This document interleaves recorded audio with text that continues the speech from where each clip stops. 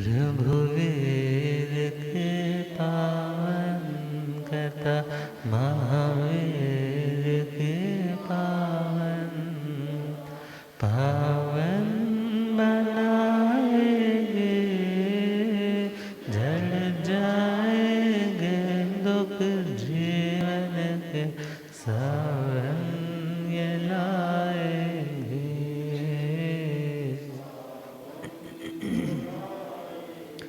अनंत अनंत शांति के निकेतन शासनपति श्रमण पति भगवान महावीर स्वामी के पावन चरणारविंदों में हार्दिक भावना वंदन।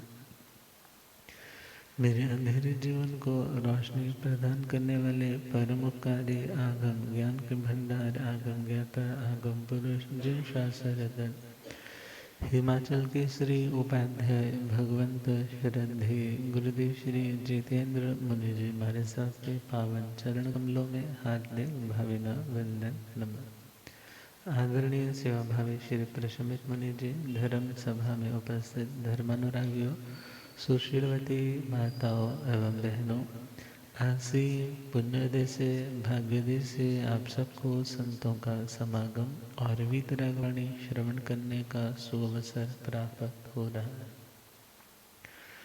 श्रवण कर रहे हैं परमात्मा श्रमण भगवान महावीर स्वामी की मंगलमय जीवन यात्रा।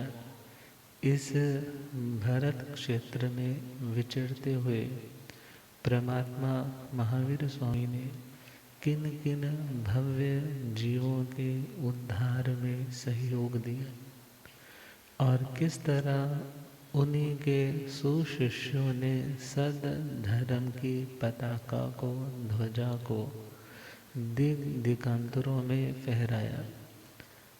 पूर्व की चली आ रही मान्यताएं गलत तो नहीं, मगर अब कुछ न कुछ उनमें भी बदलाव आने लग पड़े थे। नई व्यवस्था, नया सिस्टम, एक रूल और एक रेगुलेशन को फॉलो करवाने के लिए मानो श्री इंद्रभूति गौतम स्वामी जी महाराज उस मंगल में चर्चा में शुमार होने के लिए गए कि ये लोग भगवान के अतिशय से, उनके तीर्थंकरत्व से कहीं अभिज्ञ ना रह जाए।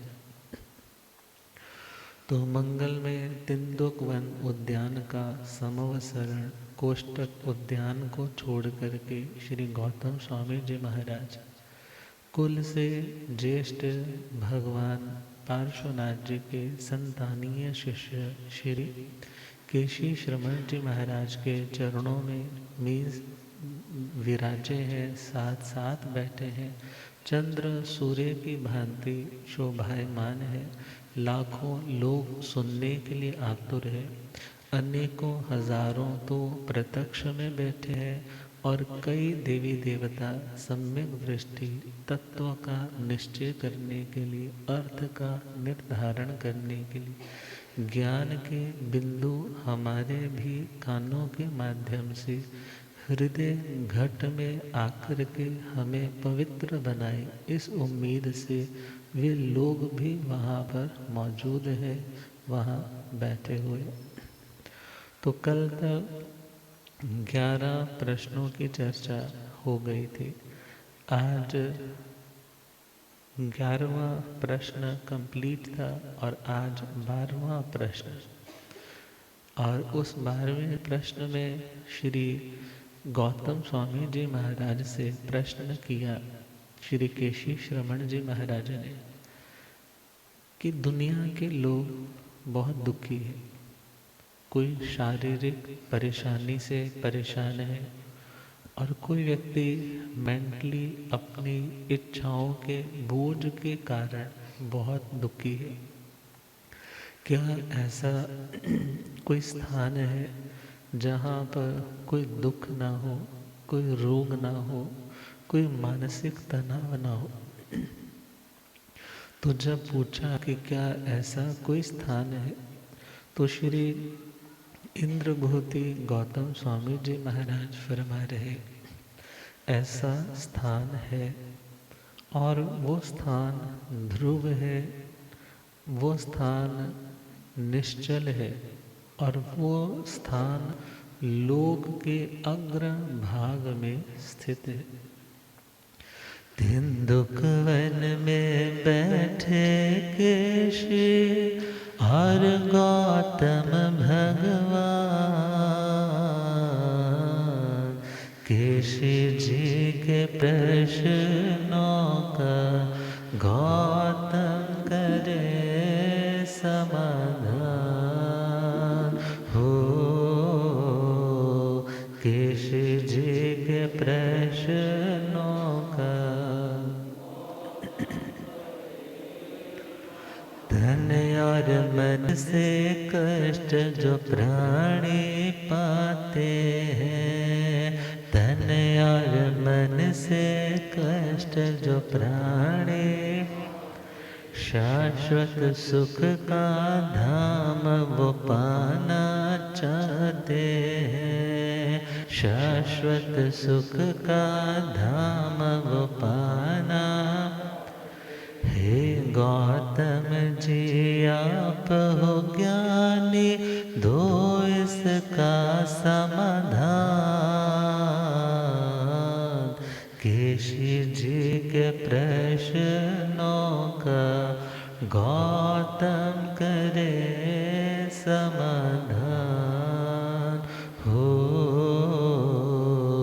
केशी जी के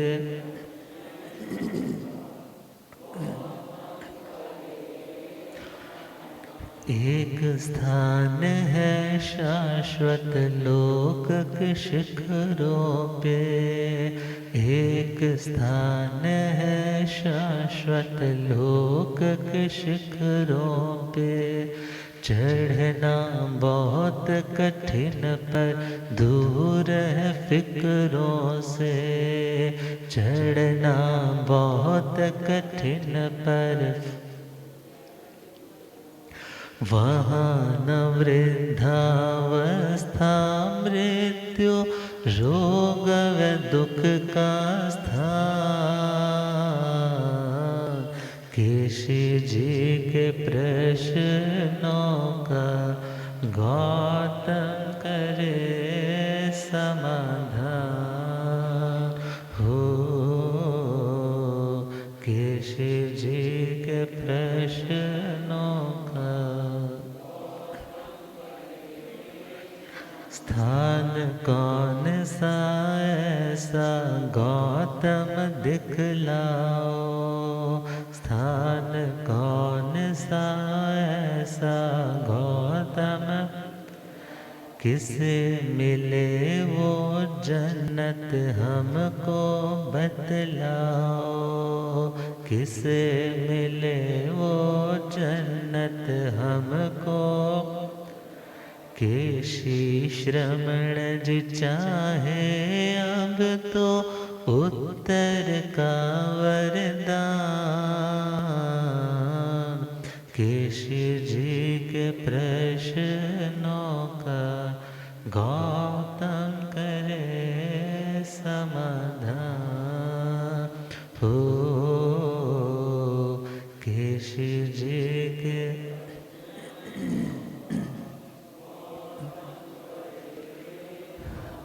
एक विचारक ने लिखा है, happiness is but an occasional episode in the general drama of pain. हमारी जिंदगी है तो है क्या, जैसे कोई मूवी चलती है, एपिसोड चलता है। अब उस एपिसोड में दुख भरी दास्तां तो बहुत लंबी है, मगर जैसे एक इंटरवल की तरह, एक गेस्ट आइटम की तरह कोई आता है और थोड़ी देर में चला जाता है। ज़िंदगी में खुशी, ज़िंदगी में हैप्पीनेस, उसका भी टाइम स्पैन, टाइम ड्यूरेशन उसकी कितनी है। ज़िंदगी में खुशी कितनी देर की, कोई चीज़ अचीव करनी है, अचीव हुई उतनी देर की, और उसके बाद अर्थात दुनिया की जो खुशी है वो बेस्ड अपॉन पुण्य कर्मा है। वो किसके ऊपर आधारित है? पुण्य के ऊपर। और पुण्य कभी हमेशा एक जैसा नहीं रहता। और जो चीज़ अशाश्वत पे आधारित हो, किस पे आधारित, उससे कभी भी शाश्वत चीज़ की प्राप्ति नहीं हो सकती। जो पुण्य है या पाप है, पुण्य और पाप सदा एक जैसे तो रहते, एक जैसे तो रहते नहीं। कभी पुण्य का उदय है, कभी पाप का उदय है, कभी पुण्य के भी फ्लक्चुएशंस है, उसके भी लेवल्स है, कभी मंद पुण्य उदय है, कभी मध्यम पुण्य उदय है, कोई भी उत्कृष्ट पुण्य का उदय है। मगर उदय उसी का होगा जो, बोलो, उदय किसका होगा? जिसकी सत्ता है। जिसकी एग्जिस्टेंस नहीं है उसका उदय भी नहीं होगा। सिंपल, आपने फ्रिज में से माँ ने बोला जा कर के ना पपाया निकाल कर लेकर आओ, एप्पल्स ले आओ, और फिर हम उसको बना करके दोपहर का अपना लंच तैयार करते हैं। उसके साथ फ्रूट्स भी चाहिए। मगर अब जैसे ही बहू रानी गई तो वहाँ पर तो उसको मिला नहीं। अब नहीं मिला तो क्यों नहीं मिला? सासू माँ को लगता है इसने ठीक से देखा नहीं। तो वो बोलती है, माँ आप आकर के खुद देख लीजिए। अब माँ देखती है तो बोलती है, ओहो, सामान तो अभी बाहर ही पड़ा है, सामान तो अभी। अब फ्रिज से निकलेगा कौन सा? जो फ्रिज में रखा होगा। जो रखा ही नहीं है वो वहाँ से। ऐसे ही जो कर्म इन्वेस्टमेंट में है वही निकलेगा टाइम आने पर। और जो है ही नहीं वो उदय भी नहीं आएगा। अब जो कर्म के उदय से मिलने वाली सिचुएशंस है, प्लेटफॉर्म्स है, खुशी है, दुख है, कुछ भी है, जो कर्म पे बेस्ड है वो कभी शाश्वत नहीं होगा। वो कभी शाश्वत मतलब हमेशा रहने वाला, शाश्वत मतलब एवर लास्टिंग रहने वाला। मगर कोई भी प्लेटफॉर्म जो कर्म के कारण मिलता है वो सदा रहता। कोई व्यक्ति आपको बहुत अच्छा लगा मगर वो हमेशा आपके पास नहीं रहता। किसी व्यक्ति को आप बहुत अच्छे लगे मगर आप उसके पास भी हमेशा नहीं रह पाते। अर्थात जिंदगी में कोई भी वस्तु हमारे पास हमेशा रहने वाली, सिंपल सा एक फंड है, दो वर्ड आते हैं, एक लीज और एक आता है ऑनरशिप। बोलते हैं ना, ये लैंड लीज पे 100 साल की लीज पे मिली हुई है। अब विचार करना है, हम भले बड़ा दावे से ठोक के बोले ये मकान तो मेरे नाम बोलता है, ये मकान तो मेरा है, ये मैं इसका ऑनर हूँ, मगर विचार करना दुनिया का कोई भी पदार्थ ऑनरशिप पे नहीं है। किस पे है? और लीज पे मिलने वाली चीज़ हमारी अपनी। अब इसी प्रकार कर्म की लीज पर मिलने वाली कोई भी चीज़ शाश्वत नहीं होती। अब जब वो चीज़ें जिसे हम चाहते हैं, जिसे हमेशा अपना बनाए रखना चाहते हैं, अब उस वस्तु को अपना बनाए रखने के लिए आरत ध्यान आता है। क्या आता है? आरत ध्यान। इनको कुछ हो ना जाए, मेरा शरीर कहीं खराब ना हो जाए, उसको ब्रेन ट्यूमर हो गया मेरे को ना हो जाए, उसकी मम्मी का एक्सीडेंट हो गया मेरी वाली का ना हो जाए। अब हुआ कुछ नहीं है, मगर जहाँ से सुख मिल रहा था, जिनको देख कर के सुखी हो रहे थे, मेरा वो सुख बना रहे, इसकी जो चिंता है उसका नाम है आरत ध्यान। और हमारी इस बनती हुए सुखों की ट्रैक पे जो कोई रोड़ा अटका है, अब उस रोड़े को ही निकाल देने का नाम क्या है? रौद्र ध्यान। उसका नाम क्या है? रौद्र ध्यान। तो भगवान फरमा रहे हैं, ना आरत ध्यान अच्छा है आत्मा के लिए, और ना क्यों अच्छा नहीं है कि तुम्हारे रोने से, तुम्हारे धोने से, तुम्हारे खपने से, तुम्हारे स्ट्रेस लेने से सिचुएशन बदलने वाली, सिचुएशंस तो तब बदलेंगी यदि तुम पहले अपने चिंतन को बदलोगे। उन वस्तु, पदार्थों, संबंधों, उन रिलेशंस की सत्यता को स्वीकार करोगे। पुण्य के कारण ये अच्छे हैं, पाप उदय में आएगा तो अच्छे ही बुरे हो जाएंगे। सबसे सिंपल उदाहरण, सबसे ज़्यादा हम केयर अपने शरीर की करते हैं और किसी की नहीं करते। अब यही शरीर जिसके प्रति हमें इतना राग होता है, जब कितने सारे रोग पैदा होने लग जाते हैं तो इसी शरीर पे क्या आने लग जाता है? गुस्सा आने लग जाता है। अब दुनिया का मिलने वाला कोई भी सुख परमानेंट नहीं, मगर हमें उसकी आदत सी होने लग जाती है, ऐसा ही बना रहेगा। मगर जब नहीं रहता तो दुखी होने लग जाते। तो भगवान इंद्रभूति स्वामी से केशी श्रवण जी महाराज पूछ रहे हैं, मुझे ऐसा स्थान बताइए जहाँ पर कोई ना तन का दुख हो, ना मन का दुख हो, ना कोई रोग हो, ना कोई शोक हो। तो मानो इनडायरेक्ट वे में समझा रहे हैं, जहाँ पर कर्म होगा ना, जिसके रूट में कर्म बैठा है, जिसके कारण में मूल में कर्म बैठा है, तो वहाँ पर जो कुछ भी मिलेगा ना वो शाश्वत शाश्वत नहीं होगा। और व्यक्ति उस वस्तु की अशाश्वतता को स्वीकार करने के लिए तैयार नहीं है। उस वस्तु की अशाश्वतता को स्वीकार करने के लिए तैयार नहीं है, मगर जब सामना करना पड़ता है तो टूट जाता है।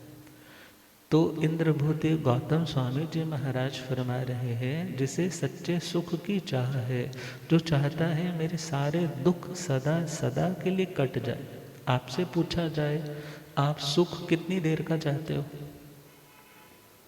बोलो। आज के लिए 1 हफ्ते का पैकेज, 1 साल का, परमानेंट। तो ध्यान देना है, पुण्य से मिलने वाली कोई भी चीज़ परमानेंट होने वाली नहीं। मगर हमारा ध्यान अक्सर क्या रहता है, लोग धर्म भी करते हैं ना, क्या सोच के करते हैं, पुण्य बढ़ जाएगा। क्या बढ़ जाएगा? पुण्य बढ़ जाएगा, हमारे कंफर्ट्स बने रहेंगे, हमारा इज्जत मान बना रहेगा। मगर ये चीज़ें सदा रहने वाली, चक्रवर्तियों के इतने बड़े बड़े साम्राज्य कभी परमानेंट नहीं रहते। तो हमारा और आपका सुख जिंदगी का कितना का होगा? इसलिए भगवान ने कहा, खोज करनी है तो परमानेंट की करो, शाश्वत की करो। और वो शाश्वत तुम पा सकते हो कब? जब कर्मों के आधार से मिलने वाली खुशी और गमी में तुम आत्म स्वरूप में स्टेबल रहकर, बैलेंस्ड रहकर अपना कर्म करते चले जाओ। एक टाइम वो ज़रूर आएगा जब कर्मों की कोटिंग से तुम बिल्कुल मुक्त हो जाओगे और उस स्थान पे जाओगे जिसको लोकाग्र बोला जाता है, जहाँ कर्म नहीं तो शरीर नहीं। शरीर क्यों मिलता है?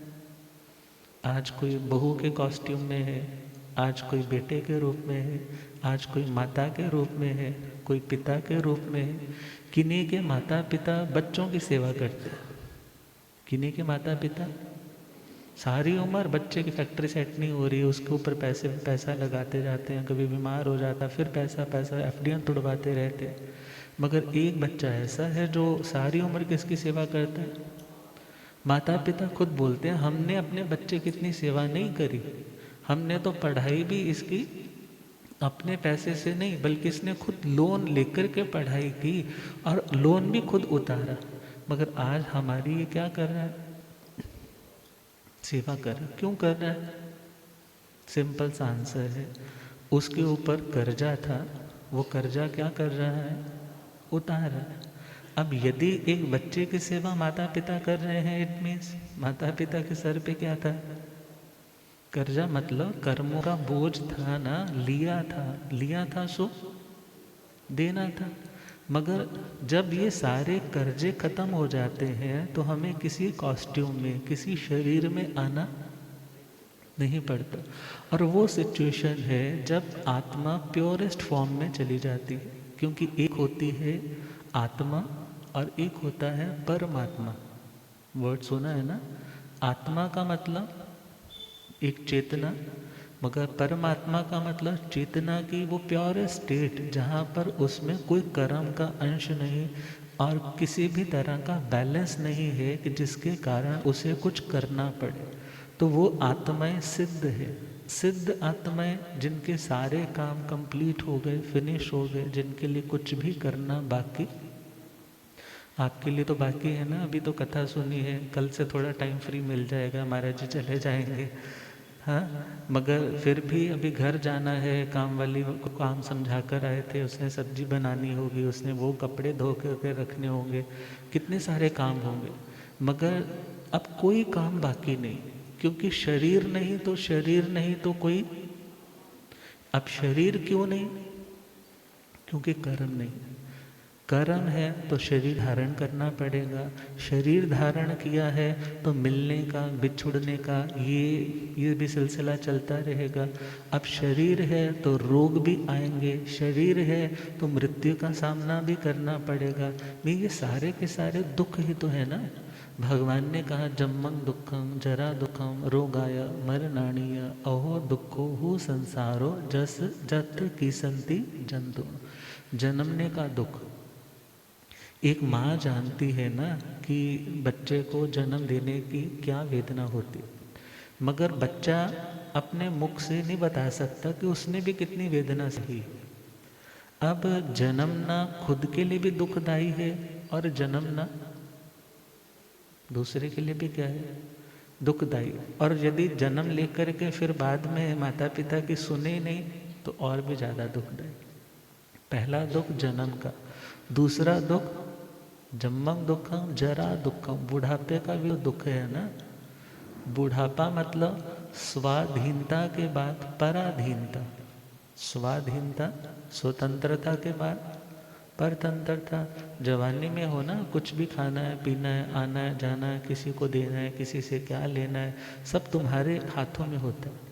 मगर बुढ़ापे में सारे अधिकार शिफ्ट हो जाते हैं, सारा कुछ शिफ्ट हो गया। अब शिफ्ट हो गया तो इवन हमारा शरीर ही बगावत करने लग जाता है। अब जब शरीर ही साथ नहीं देता तो दूसरों से क्या अपेक्षा करते हो वो मेरा साथ देगा या नहीं देगा। तो भगवान तो कहते हैं बुढ़ापा दुखदाई है। क्यों? क्योंकि उसमें पराधीनता है। कितनी बार बच्चों की तरह डाइपर्स चेंज करने पड़ते हैं। सेवा करने वालों को धन्य है जो ऐसे अपने बुजुर्ग माता पिता की भी सेवा करते। आँखों की दवाई डालनी है, कानों से सुनता नहीं, पास जा कर के बड़े प्यार से मगर ज़ोर से बोलते हैं, गुस्से से नहीं बोलते। अब उनको स्पंज करना है, उठा नहीं जाता, बेडसोल्स हो गए हैं, उनकी सेवा करनी है। अब ऐसी केयर करने वाला तो अपने घर में ही देवी देवता की पूजा कर रहा है, उसे बाहर देवी देवताओं की मानता करने की जरूरत। पुण्य बढ़ाना है तो पुण्य बढ़ाने का तो इतना बड़ा ऑफर तो तुम्हारे घर के बुजुर्ग वही बैठे हुए, मगर व्यक्ति उनको इग्नोर करता है। वो बुलाता है, कोई सुनता नहीं, अटेंडेंट रखा है, वो अपने मोबाइल के व्हाट्सएप पे लगा रहता है, मगर बीच बीच में देख देता है। अब विचार करो, दूसरे की सिचुएशन देख करके तो सोचते हैं, मगर ये नहीं पता हमारे साथ क्या क्या होने वाला। तो बुढ़ापा भी कैसा है, दुखदाई है। क्योंकि जब हमारे अधिकार में चीज़ें नहीं रहती तो व्यक्ति खपने लग जाता है। धर्म ध्यान किया हो तो चिंतन बदल सकता है, चलो मेरा भार बच्चों ने संभाला, अब कर्म काटने का अवसर ज़्यादा मिल रहा है। अब तीसरा दुख जन्मं दुखम जरा दुखम रोग आया, रोगों का दुख। कभी माइग्रेन हो रहा है, कभी डायबिटीज बढ़ गई है, कभी शुगर डाउन चली गई है, कभी बीपी शूट कर गया है, कभी बीपी लो हो गया है, कभी सुना ट्यूमर सा आ गया है। अब टेस्ट पैट स्कैन होना है, जब तक नहीं ना रिपोर्ट आती तब तक भी तो दुख है। अब रिपोर्ट आ गई, पता चल गया, एक बार हो गया तो रीअक्रेंस की भी तो चिंता है। अर्थात रोगों का दुख। और लास्ट दुख कौन सा, मरने का, मृत्यु का। बसा बसाया घर, भसी बसाई फैक्ट्री, इतना बड़ा परिवार, सब कुछ छोड़ कर के जाना पड़ेगा। जब कभी आप इस चीज़ का ख्याल करोगे ना तो आप कहोगे नहीं नहीं वापस आ जाओ, मेरा तो मन घबरा रहा है। मगर है तो क्या, रियलिटी है, ये अनरियल चीज़ें तो नहीं है, ये तो यूनिवर्सल ट्रुथ्स हैं। तो भगवान ने कहा इन सत्यों का सामना तब तक करना ही पड़ेगा जब तक तुम कर्मों के साथ हो। किसके साथ? तो कर्मों से मुक्त होने का रास्ता है संयम और तप की आराधना। एटलीस्ट तुम्हारा दृष्टिकोण तो क्लियर हो जाए ना, गोल तो क्लियर हो जाए। फिर उस गोल के प्रति कितना डेडिकेशन के साथ तुम आगे बढ़ते हो ये तुम्हारे ऊपर डिपेंड करता है, तुम्हारे एफर्ट पे, तुम्हारे कर्मों के अकॉर्डिंगली, तुम्हारे मिले हुए पारिवारिक माहौल पे डिपेंड करता है। मगर गौतम स्वामी जी महाराज फरमा रहे हैं तन के दुख, मन के दुख, रोग, शोक, सभी तरह के स्ट्रेस सदा इसके लिए खत्म हो सकते हैं। किस स्थान पर पहुंच के? लोकाग्र। वैसे तो अनंत बार जहाँ आए, 5 सूक्ष्म के रूप में, तो 5 सूक्ष्म के रूप में पृथ्वी का है, आप का है, तेजस का है, वायु का है, वनस्पति का है। 5 सूक्ष्म तो पूरे लोक में ठसाठस भरे पड़े हैं उसके रूप में, तो अनंत बार वहाँ तक भी जाए। मगर कर्मों से युक्त थे, कर्मों से मुक्त नहीं थे। मगर जो आत्मा कर्मों से मुक्त होकर के वहाँ जाता है, तो वहाँ पर जाना तो है, मगर फिर वापस कभी लौट के आना। वहाँ का सुख 1 दिन का नहीं, 1 साल का नहीं, 10 साल का नहीं, बल्कि एवर लास्टिंग, सदा सदा काल। औपपातिक जो सूत्र के लास्ट में फरमाया है कि एक सिद्ध भगवान का सुख और दुनिया के सबसे ज़्यादा पुण्यवान लोगों के, उन लोगों का सुख और दुनिया के देवी देवताओं के सुख को आपने अनंत बार वर्ग किया, वर्ग सिक्योर किया, 2 का 4, 4 का 16 ऐसे। और जो सिद्ध आत्मा है उनके सुख का आपने अनंत बार वर्गमूल किया, मतलब रिवर्स बैक आने लग पड़े। तो भी कहा एक सिद्ध आत्मा का जो आध्यात्मिक सुख है, आनंद है, वो दुनिया के अनंत जीवों से भी अनंत गुना ज़्यादा होता है। मीन्स पुण्य के बल से मिलने वाला सुख आध्यात्मिक सुख का मुकाबला नहीं कर सकता। तो फरमा रहे हैं शाश्वत वास जहाँ पे सुख वो सुख कर है, शाश्वत वास का स्थान जहाँ सब सुख कर है, वहाँ न दुख की रेखा पहुँच न दुष्कर है, वहाँ न दुख की रेखा पहुँच न। महामुनीश्वर भव सागर को तरते कृपा निधान, केशी जी के प्रश्नों का गौतम करे समाधान। हो केशी जी के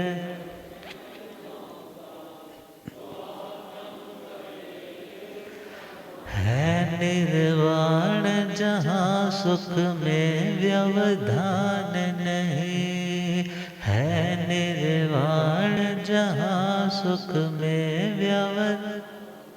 रोग शोक से मुक्त है मुक्ति स्थान वही, रोग शोक से मुक्त है मुक्ति। ऊंचे शिखरों पर पहुँचे हैं ऊंचे पुरुष महान, केशी जी के प्रश्नों का गौतम करे समाधान। हो केशी जी के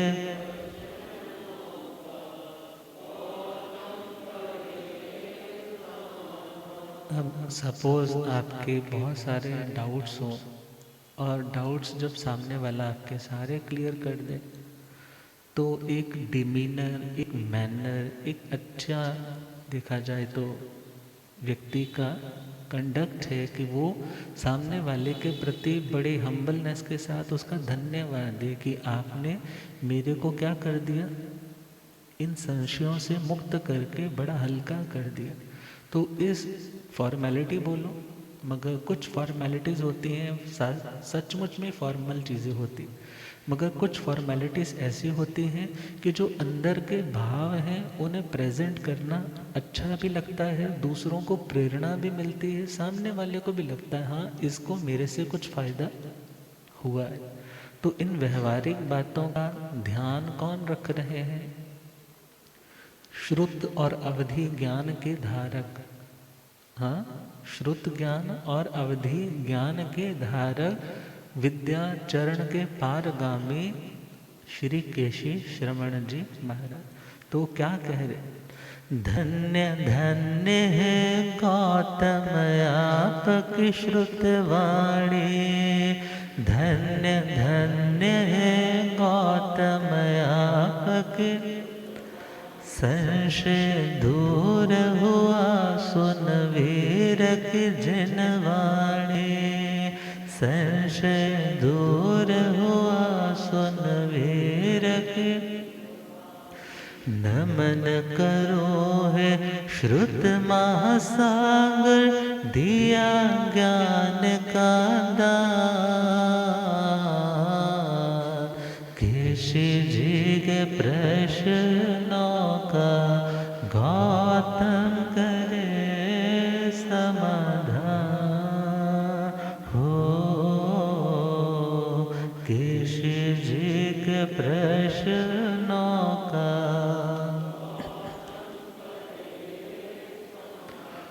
दो धाराएं तिंदुक वन में एक हुई, दो धाराएं तिंदुक वन में, ज्ञान क्रिया की राहें और भी नेक हुई, ज्ञान क्रिया की राहें और भी, केशी गौतम की निर्णायक बातों में है जान, केशी जी के प्रश्नों का गौतम करे समाधान हो, केशी जी के प्रश्नों का,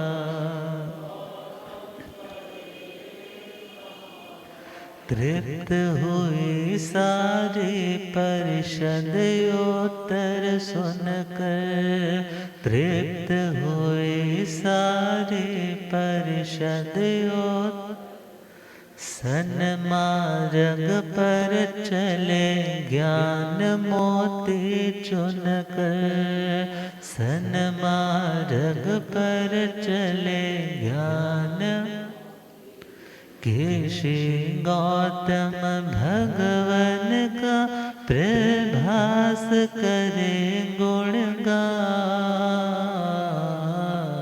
केशी जी के प्रश्नों का गौतम करे समाधान हो,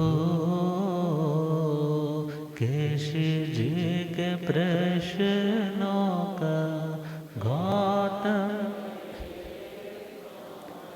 मानो उन्होंने भगवान पार्श्वनाथ जी की परंपरा, 4 महाव्रत वाली परंपरा, रंग बिरंगे हर तरह के कपड़े धारण कर सकने वाली परंपरा, देखा कि अब विमल भानु अर्थात निर्मल प्रकाश करने वाले सूर्य के समान तेजस्वी लोकस उज्जोयगरे धम्म तिथैरे जिणे, ऐसे अरिहंत पदवी के धारक भगवान महावीर स्वामी इस अवनी तल पे, इस भूमंडल पे मिथ्यात्व को दूर कर रहे हैं, साधना कर रहे हैं। वे 5 महाव्रत की परूपणा कर रहे हैं, छठे रात्रि भोजन त्याग की परूपणा कर रहे हैं और सफ़ेद वस्त्र जिन कलप स्थविर कलप की परूपणा कर रहे हैं। तो उन्होंने अपने शिष्य संघ के साथ श्री इंद्र भूति गौतम स्वामी जी के पास 5 महाव्रतों की क्या ग्रहण कर ली? दीक्षा। क्योंकि छेदोपस्थापनीय में यही तो होता है ना कि यदि तो कोई दोष लगा है तो पुराने चारित्र को छेद काट दिया जाता है, मगर यदि ऐसा नहीं है तो फिर जैसे कहते ना बुल्लिया मनदा की समझाना इधरों पुटना ते इधर लाना, मीन्स एक क्यारी में कोई चीज़ आपने सपोज बोई हुई है, तो आपको लगा कि इस क्यारी की जगह मेरे को इस जगह पे करना, तो यहाँ से उखाड़ करके क्या कर दिया, दूसरी जगह। या कभी आपने देखा होगा जब किसान लोग इनवाइट करते हैं बिहार से काम करने वालों को, तो आपने सड़कों के किनारे खेतों में देखा होगा ऐसे उनके हाथ में एक गुच्छी सी, मतलब वो धान इत्यादि पकड़ा होता है, मगर फिर वो क्या करते हैं उसमें से एक एक कैसे ऐसे करके आरोपित करते जाते हैं। इसी प्रकार जब सामायिक चरित्र है वो तो 5 महाव्रत इकट्ठे हैं, मगर जब उनको छेद करके ऐसे अलग अलग किया जा रहा है जिसको बड़ी दीक्षा बोला जाता है, तो उसका नाम छेदोपस्थापनी चारित्र।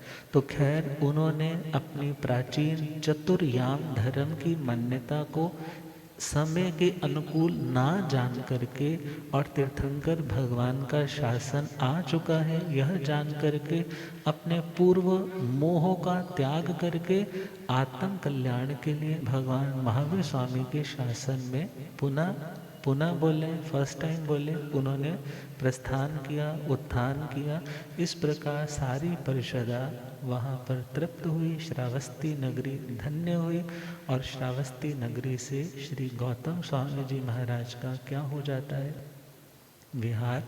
अब इस विहार चर्या के बावजूद भगवान महावीर स्वामी तो ग्राम ग्राम को पावन करते हुए हस्तिनापुर नगरी की ओर पदार्पण करने जा रहे हैं। गुरुदेव पधारे।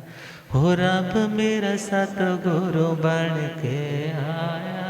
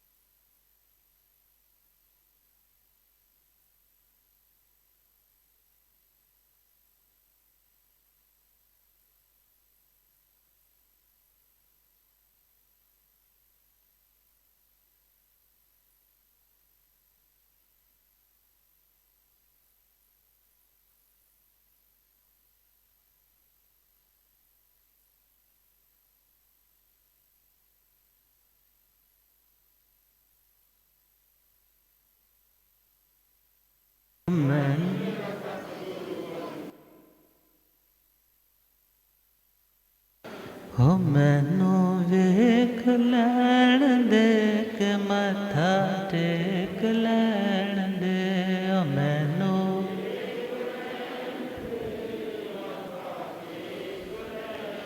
हो रब मेरे सतगुरु बन के आया। बोले आगम ज्ञाता आगम पुर जन शास्त्र तन हिमाचल के श्री उपाध्याय भगवंत श्रद्धे गुरुदे श्री जितेंद्र मुनि जी।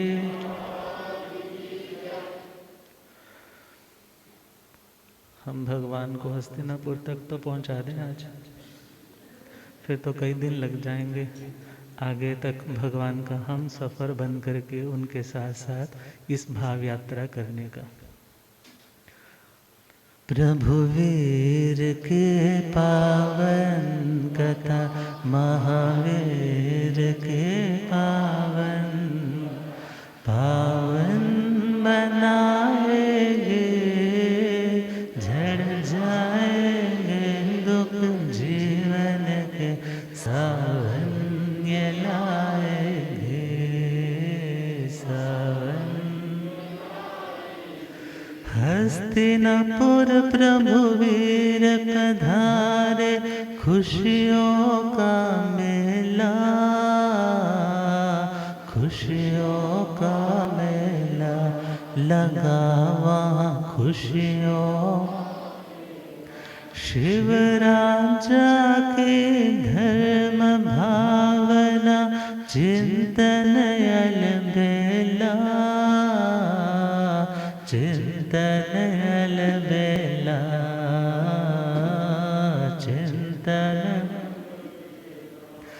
दिशा प्रोक्षकवान प्रस्थ, दिशा प्रोक्षकवान प्रस्थ, दीक्षा हम आएंगे, झड़ जाएंगे दुख जीवन के, सावन ये लाएंगे, सावन। परमात्मा का मंगल में पदार्पण हस्तिनापुर की ऐतिहासिक भूमि पर होता है। वहाँ के उस समय के राजा शिव राजा है, और शिव धर्म भावों से तो ओतप्रोत हैं, सरल हैं, विनम्र हैं, गंभीर हैं, मगर अभी जैन धर्म के प्रति उन्हें कोई लगाव नहीं है।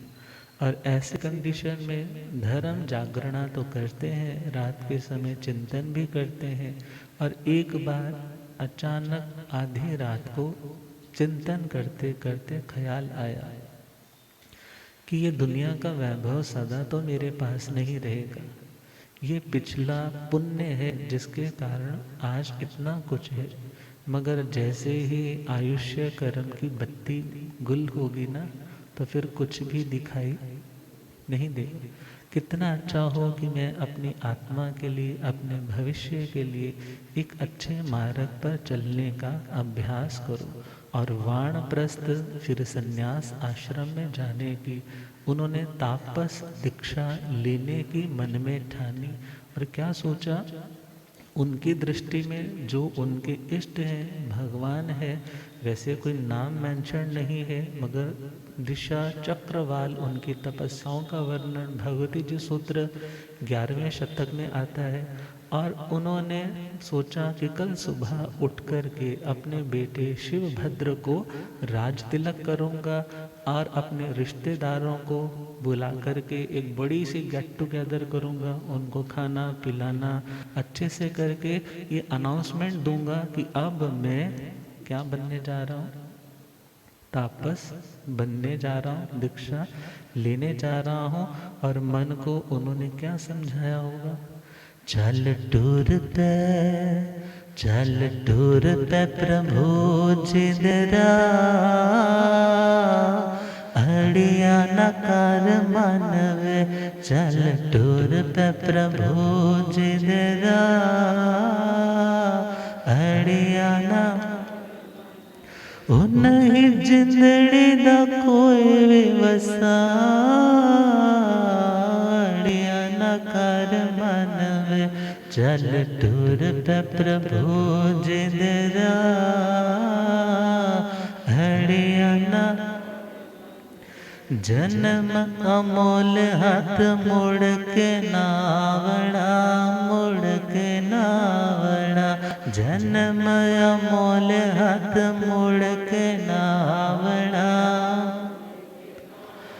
मिट्टी दा कच्चा घड़ा है टूट जावड़ा, है टूट ऐवे भयाना बखेड़ गल पा, अड़िया नकार मानवे, चल टूर पे ओ चल टूर पे प्रभु जिदरा, हरियाणा आकड़ा तेरिया न किस कमाणिया, किस कमाणिया, आकड़ा तेरिया न किस कमाणिया, किस सोनिया सूरता चिता ते चढ़ जानिया, चिता ते चढ़ जानिया, सोनिया सूरता चिता ते चढ़ जानिया, चिता ते चढ़। जिस दिन भी ओ जिस दिन भी निकल गए सा, अड़िया नकार मनवे, चल टूर पे प्रभु जिदरा, हरियाणा ममता दा कच्चा धागा तोड़ भी न सकया, तोड़ भी न सकिया, ममता दा कच्चा धागा तोड़ भी न सकिया, तोड़ भी न। कर्म दी गति ने भुलेख विच रखिया, भुलेख विच रखिया, कर्म दी गति ने भुलेख विच रखिया, भुलेख। होया जन्म, होया जन्म के चमन तबा, अड़िया न कर मन वे चल टूर पे, चल टूर पे प्रभु जिन अड़िया न। ओ नहीं जिंदड़ी दा कोई भी वसा, अड़िया न कर मन वे चल टूर पे प्रभु जिन अड़िया न कर मन वे। तो धर्म के मार्ग पर चलते रहें, बढ़ते रहें। शिवराज ऋषि बन जाते हैं, साधु दीक्षा तापस दीक्षा हो जाती। किस तरह विभंग ज्ञान होता है, क्या साधना करते हैं, किस तरह भगवान के पास आते हैं, दीक्षा लेते हैं। तो इन चर्चाओं को फिर आगे जहाँ ये आपका ऑनलाइन वाला सिस्टम बनेगा तो वहाँ आप तक भी पहुँच जाएगा। तो आज के लिए इतना ही। इस प्रवास के दौरान कहने, सुनने, बोलने में किसी का भी